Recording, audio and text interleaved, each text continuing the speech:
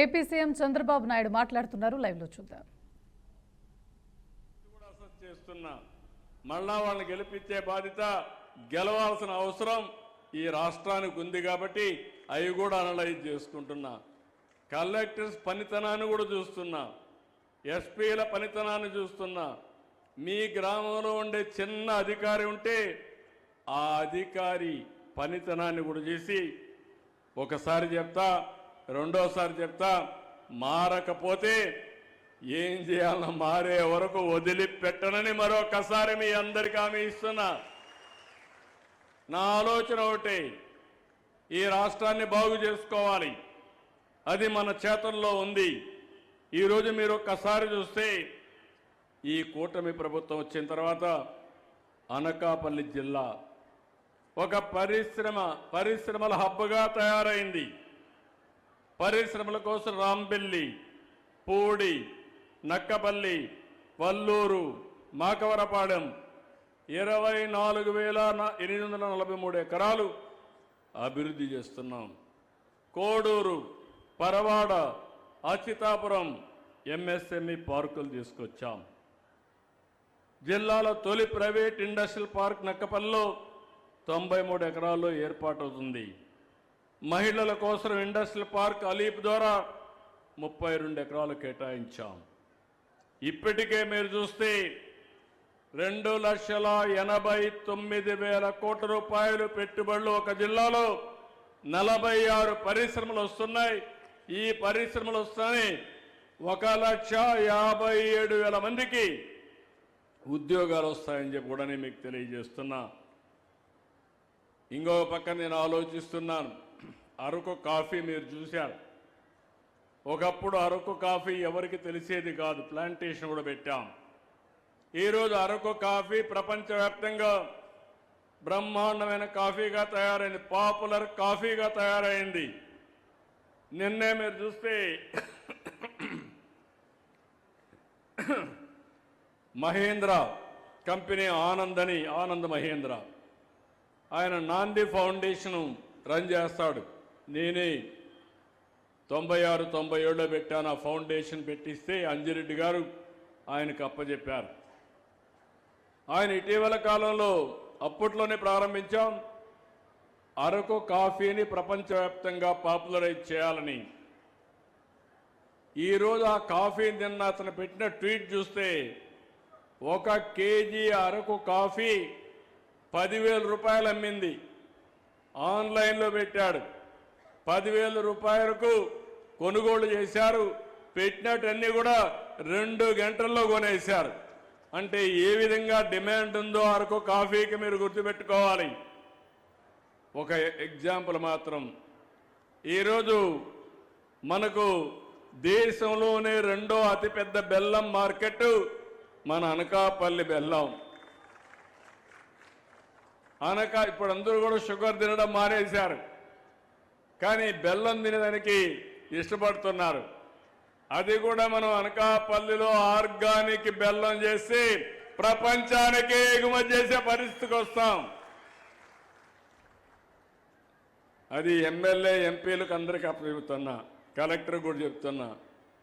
ఎప్పుడు కూడా మనం చేయాల్సింది, చేసే పని మామూలుగా చేస్తూ బాధపడుతూ కూర్చుంటే మనల్ని ఎవరూ కాపాడలేరు.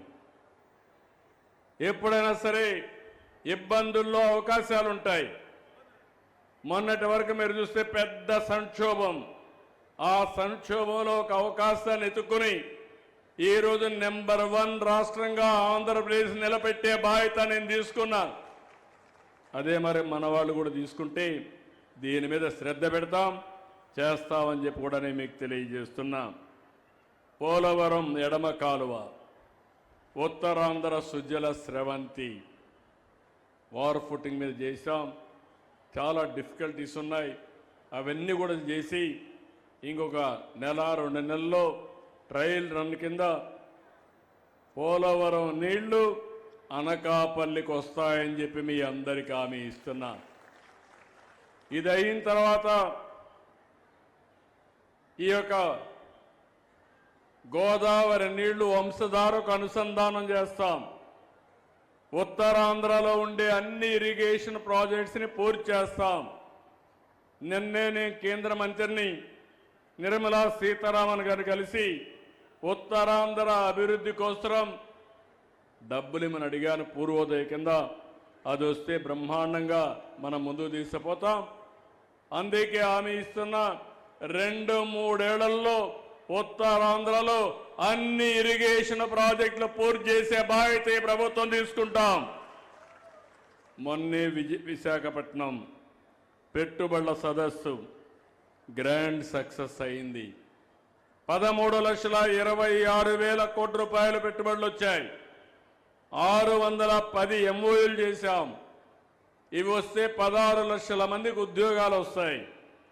నా ఆలోచన ఒకటి, చదువుకున్న వాళ్ళు ఎవ్వరు కూడా ఇంట్లో కూర్చోకుండా పనిచేసే అవకాశాలు కల్పించాలని చెప్పి ముందుకు పోతున్నాం. ఇప్పటికీ 8,29,000 కోట్ల రూపాయలు పనులు కూడా ప్రారంభమయ్యాయి. దీనివల్ల 7 లక్షల మందికి ఉద్యోగాలు వస్తాయి. ఈ 2 పూర్తయితే 23 లక్షల మందికి ఉద్యోగాలు వస్తాయి. మొన్న చేసిన MOUల్లో 11 MOUలు ఈ అనకాపల్లిలో వస్తున్నాయి. 14,000 కోట్ల రూపాయల పెట్టుబడులు వస్తున్నాయి. ఇవి వస్తే ఒక 20,000 మందికి ఉద్యోగాలు వస్తాయని చెప్పి కూడా నేను మీకు తెలియజేస్తున్నా. విశాఖకు గూగుల్ వస్తూ ఉంది. మీరు గుర్తుపెట్టుకోవాలి, అనకాపల్లిలో ఉండేవాళ్ళు నేరుగా విశాఖపట్నానికి వెళ్ళిపోయి AI కింద డేటా సెంటర్లో పనిచేసే అవకాశం వస్తుంది. నాలెడ్జ్ ఎకానమీకి AI నెక్స్ట్ లెవెల్ అని చెప్పి నేను మీకు తెలియజేస్తున్నా. ఒకప్పుడు హైదరాబాద్లో IT ప్రారంభించి హైటెక్ సిటీతో ముందుకు పోయాం. ఇప్పుడు నెక్స్ట్ లెవెల్ ఆఫ్ టెక్నాలజీలో డేటా సెంటర్లు, AI ఆర్టిఫిషియల్ ఇంటెలిజెన్స్లో మనం ముందుకు పోతున్నాం. కాగ్నిజెంట్ వచ్చింది, TCS తొందరలోనే వస్తున్నారు. ప్రపంచం మొత్తం విశాఖపట్నం వైపు చూస్తూ ఉంది. అదే సమయంలో అనకాపల్లి నియోజకవర్గంలో మీరు చూస్తే RCR మిత్తల్, నిస్సాన్ స్టీల్ వంటి ప్రపంచ స్థాయి నెంబర్ 1 కంపెనీలు ఇక్కడికి వస్తున్నారు. 70,000 కోట్ల రూపాయలు ఖర్చు పెడుతున్నారు. ఫేజ్ 1లో 60,000 మందికి ఉద్యోగాలు వస్తున్నాయి.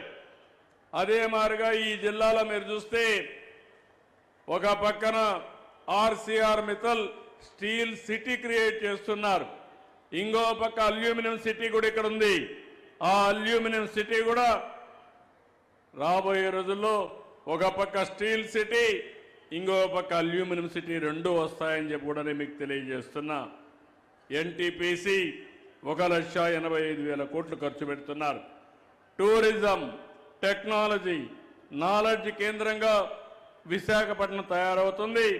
పోర్ట్లు, ఎయిర్పోర్ట్లు, హైవేలు ఇవన్నీ వస్తే ఈ ప్రాంతం రూపురేఖలే మారుతుంది. మొన్నే నేను 3 రీజన్ల కింద విశాఖపట్నం ఎకనామిక్ రీజన్ని ప్రారంభించాను. దానివల్ల మీరు ఊహించినటువంటి అభివృద్ధి చేసే పరిస్థితి వస్తుంది. నేను ఒక పక్క అభివృద్ధి ఒక యజ్ఞంగా చేస్తున్నాను, సంక్షేమాన్ని ఒక బాధ్యతగా చేస్తున్నాను, సుపరిపాలన మీకు అందించాలని ముందుకు పోతున్నాం. కానీ మనం అందరం కూడా ఒక యజ్ఞంగా చేస్తే ఇప్పుడు రాక్షసులు ఈ యజ్ఞాన్ని భగ్నం చేయడానికి వస్తున్నారు. వివిధ రూపాల్లో వస్తున్నారు. ఎక్కడికక్కడ అడ్డుపడుతున్నారు. ఒకరంటారు IT కంపెనీలు వస్తే కేసులు వేస్తారు. నేను మెగా DSC పెడితే 40-50 కేసులు వేస్తే ఒక పక్క పని చేయాలి, ఇంకో పక్క ఆ కేసుల మీద పోరాడాలి. నిన్నే కానిస్టేబుల్ ఉద్యోగాలు ఇస్తే దానికి కూడా కోర్టుకు పోయే పరిస్థితికి వచ్చారు. ఇలాంటి చాలా చేస్తే నేను ఒకటే చెప్తున్నా, భూబకాసురులు ఎంతమంది వచ్చినా, ఎన్ని అడ్డంకులు సృష్టించినా నేను అనుకున్న లక్ష్యాన్ని చేరే వరకు వదిలిపెట్టనని మరొక్కసారి మీ అందరికీ హామీ ఇస్తున్నా. నిన్నే మీరు చూశారు, నేను ఈరోజు ఇచ్చింది పేదల కోసం మెడికల్ కాలేజీలు ఇచ్చాం. మీ అందరూ ప్రజలోడు గుర్తుపెట్టుకోవాలి, నేను ఇచ్చింది ప్రైవేటుకి కాదు, మేనేజ్మెంట్ ఇచ్చాం. దానివల్ల సీట్లు పెరుగుతాయి, హాస్పిటల్స్లో అడ్మిషన్స్ అన్ని ఎన్టీఆర్ వైద్య సేవ కిందనే ఉచితంగా చూపిస్తాం.